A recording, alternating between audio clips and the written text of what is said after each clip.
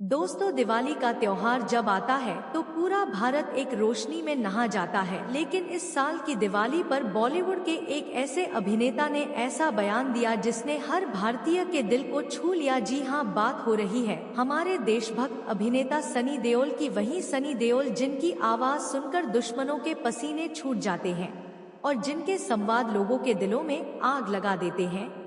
इस बार सनी देओल ने दिवाली के अवसर पर जो बात कही उसने हर भारतीय को सोचने पर मजबूर कर दिया। जानेंगे तो दोस्तों, अगर आप चैनल पर नए हो तो चैनल को अभी के अभी सब्सक्राइब करो और वीडियो भी लाइक कर दो और वीडियो अपने दोस्तों के साथ शेयर कर दो। तो चलिए वीडियो शुरू करते हैं। दोस्तों, ट्विटर पर सनी देओल ने दिवाली की शुभकामनाएं देते हुए कहा, हम आज जिस आजादी के साथ दिवाली मना रहे हैं उसके पीछे हमारे वीर जवानों और स्वतंत्रता सेनानियों की कुर्बानियां हैं। और आज जो हर भारतवासी समानता के साथ दीप जला पा रहा है उसके पीछे बाबा साहब आम्बेडकर के लिखे संविधान की ताकत है। सोचिए दोस्तों, कितना गहरा संदेश है। इस बार दिवाली तो रोशनी का पर्व है, लेकिन सनी देओल के इस बयान ने हमें यह एहसास दिलाया कि असली रोशनी सिर्फ दीपों से नहीं बल्कि आभार और कृतज्ञता से आती है। उन्होंने कहा कि आज अगर कोई हिंदू, मुसलमान, सिख, ईसाई, दलित, आदिवासी या किसी भी धर्म जाति का व्यक्ति एक ही आसमान के नीचे बिना किसी डर के दिवाली मना पा रहा है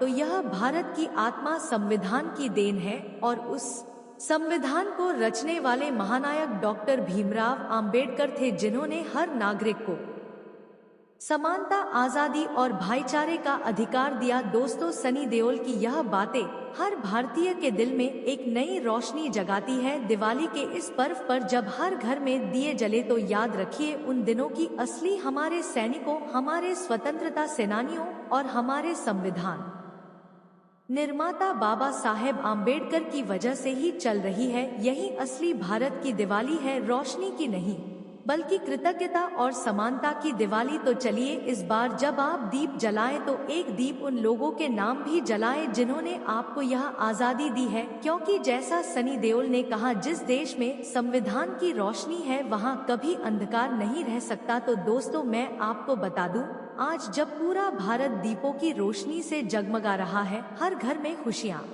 मनाई जा रही है, हर चेहरा मुस्कुरा रहा है, तो क्या कभी आपने सोचा है कि आज हम यह दिवाली इतने गर्व व आत्मसम्मान और समानता के साथ क्यों मना पा रहे हैं?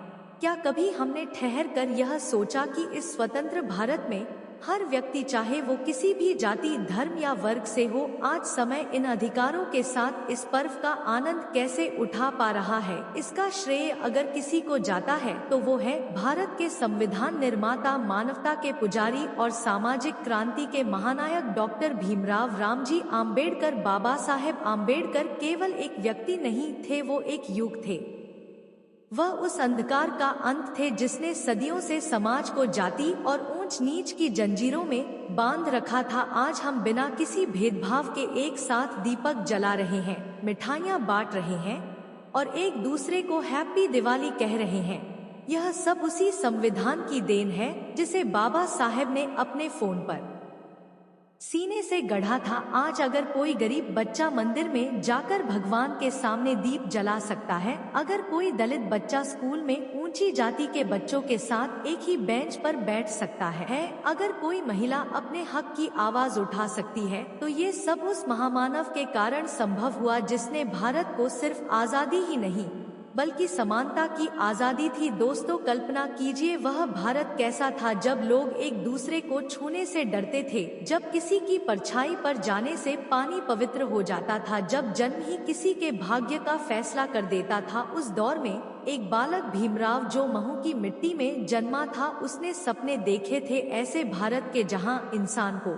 इंसान के रूप में सम्मान मिले, न कि उसकी जाति या धर्म के आधार पर। बाबा साहेब ने अपने जीवन के हर क्षण में अन्याय और असमानता के खिलाफ लड़ाई लड़ी। उन्होंने यह साबित किया कि शिक्षा सबसे बड़ा हथियार है। उन्होंने कहा था, शिक्षित बनो, संग ठेठ रहो और संघर्ष करो। और सच में इसी मंत्र ने भारत के करोड़ों लोगों की जिंदगी बदल दी। बाबा साहेब आम्बेडकर जी ने भारतवासियों पर जो उपकार किए वे असीम हैं। उन्होंने सिर्फ दलितों, पिछड़ों के लिए नहीं बल्कि हर भारतीय के अधिकारों की रक्षा की। अगर आज एक किसान अपनी बात कह सकता है, एक महिला अपने हक की मांग कर सकती है, एक विद्यार्थी सपने देख सकता है, तो यह सब बाबा साहेब की दूरदृष्टि का परिणाम है।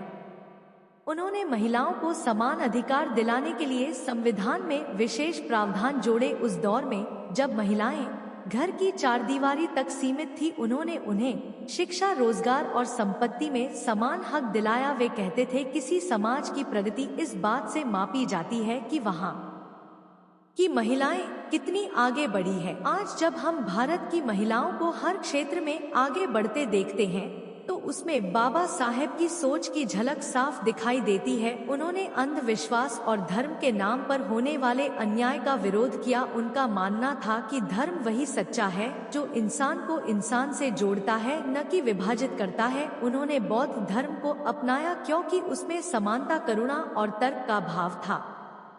लाखों लोगों के साथ उन्होंने बौद्ध धर्म ग्रहण करके यह संदेश दिया कि मनुष्य का धर्म मानवता है। दोस्तों, बाबा साहेब का सपना था कि भारत केवल एक देश नहीं बल्कि एक परिवार बने, जहां हर व्यक्ति एक दूसरे के दुख दर्द में साथ खड़ा हो। वे कहते थे, हम भारतीय पहले हैं, भारतीय बाद में है और भारतीय ही रहेंगे।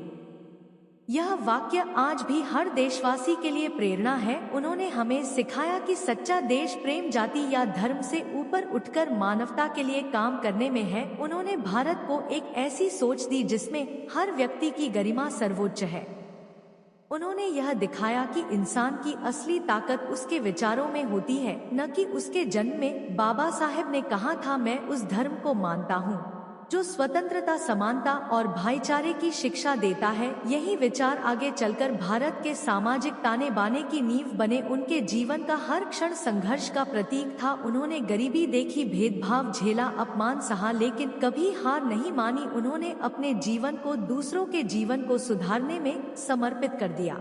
अगर वे चाहते तो किसी उच्च पद पर आराम से जीवन बिता सकते थे, लेकिन उन्होंने यह रास्ता चुना। अपनी पीड़ा को समाज की प्रेरणा बना देंगे। उन्होंने दलितों और शोषितों को आत्मसम्मान से जीना सिखाया। उन्होंने कहा, मैं उस दिन को सबसे बड़ा समझूंगा जब मेरे समाज का हर व्यक्ति खुद को नीचा नहीं बल्कि गर्व से देखेगा। उन्होंने हमें यह सिखाया कि आत्मसम्मान सबसे बड़ा अधिकार है और उसे पाने के लिए ज्ञान और एकता ही रास्ता है। बाबा साहेब ने भारतवासियों पर एक और बड़ा उपकार यह किया कि उन्होंने हमें सोचने की स्वतंत्रता दी। उन्होंने कहा कि हर व्यक्ति को अपने विचारों को खुलकर व्यक्त करने का अधिकार होना चाहिए। आज अगर हम अपने मत व्यक्त कर सकते हैं, सरकार से सवाल पूछ सकते हैं, तो यह भी उनके ही दिए लोकतांत्रिक ढांचे का परिणाम है। तो दोस्तों, आपके इस विषय पर क्या विचार है, हमें कमेंट करके बताएं। और अगर वीडियो पसंद आया हो तो वीडियो को लाइक करके चैनल को सब्सक्राइब जरूर करें और बेल आइकॉन प्रेस करें। मिलते हैं किसी और वीडियो में। जय भीम, जय भारत, धन्यवाद।